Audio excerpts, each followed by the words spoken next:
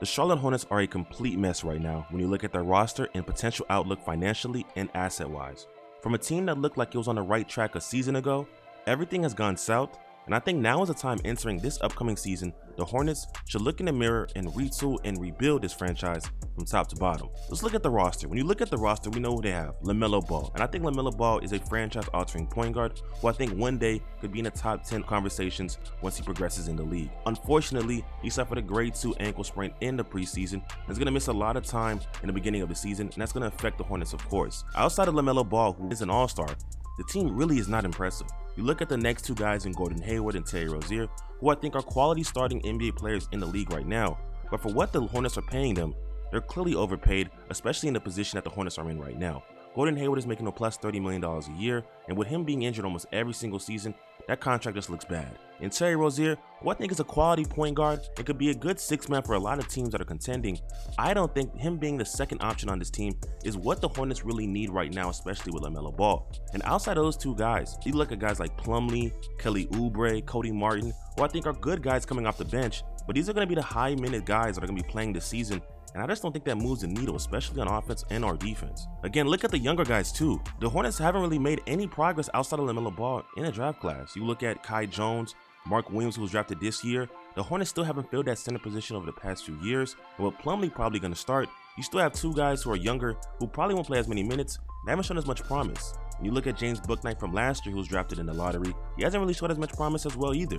You look at PJ Washington, and I think that he's been okay, averaging 10 points per game over his 3 seasons in the Hornets, but the Hornets clearly have a lot of roster issues, and the talent just isn't there outside of LaMelo Ball. I think the main thing you could say is Miles Bridges, who would be a perfect second option, but with his impending court case and it being postponed to October 17th, right before the NBA season, you don't know what you're going to do with that situation. And because of the impending legal issues that he may face, it put the Hornets in a big bind that they really couldn't make any crazy offseason moves this season because of that situation with Miles Bridges. And Miles Bridges is a great NBA player. I think he's really nice, averaging over 23 points per game last season. I think it would be a great fit next to LaMelo Ball, and he's shown that. But again, with him missing time due to his legal issues, the Hornets are kind of locked in right now and can't make as much moves as they want to because of that.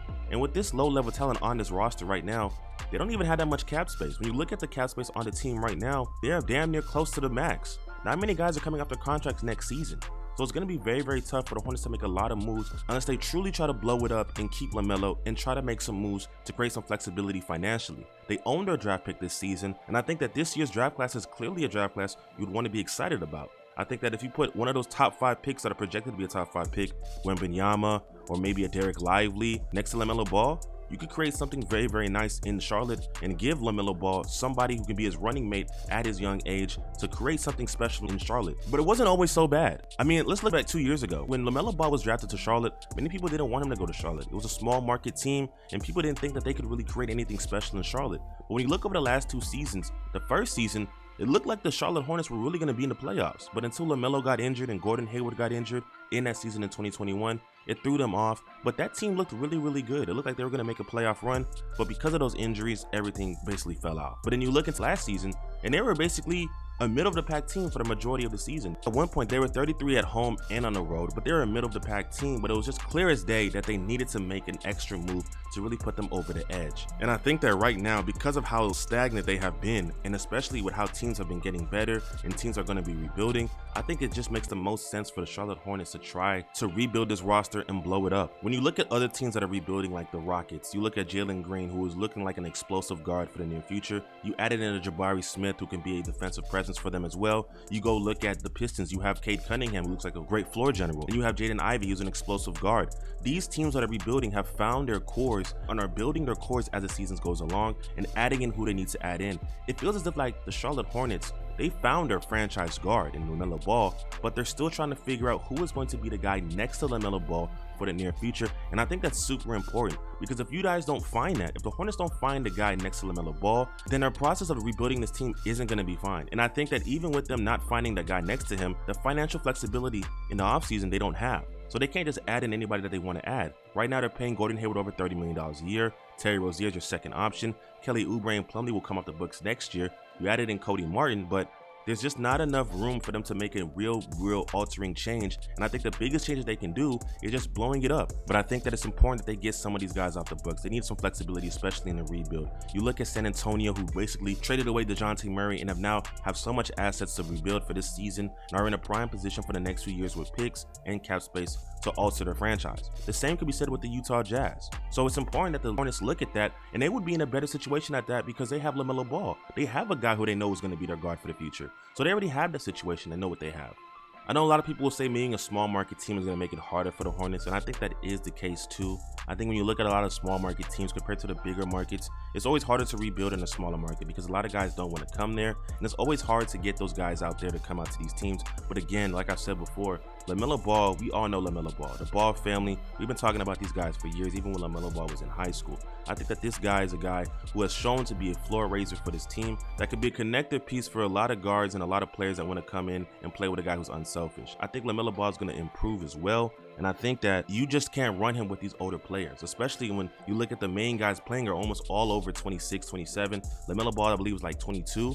This is a guy who I think needs to run up and down with these younger guys. But if the Hornets were able to rebuild the season and take away all these older guys and trade them and put them in trade packages, you can play these younger guys like a James Bouknight. You could play LaMelo Ball. You could play LiAngelo Ball, who you added in. All these younger guys who are on the roster, you can actually see what they provide to your team, and you might find a gem in the rough. Maybe Mark Williams might be a lob threat that could sit perfectly in the dunker spot with LaMelo Ball when he gets healthy and comes back in the season. There are so many opportunities that you could see who you have. Maybe you might find something that you might need. I think the main thing is, especially because of how locked down they are financially, I think it's important that they try to move these guys off their books. I know Terry Rozier is probably a fan favorite. People might like Terry Rozier. I like his game. I'm not saying Terry Rozier is a bad player by any means. I think he's done pretty well at his contract, but I think that as a second option on the Charlotte Hornets, he's better suited somewhere else, and I think that he's done a good job as a scorer. I think Terry Rozier's not a bad player, but I do think that just on the Charlotte Hornets could definitely move him and try to sell high and get something back and maybe create some flexibility, maybe get some expiring deals. It'll be a problem to try to trade Gordon Hayward due to his health issues, his injury issues, and him being paid over $30 million a year and up next season as well.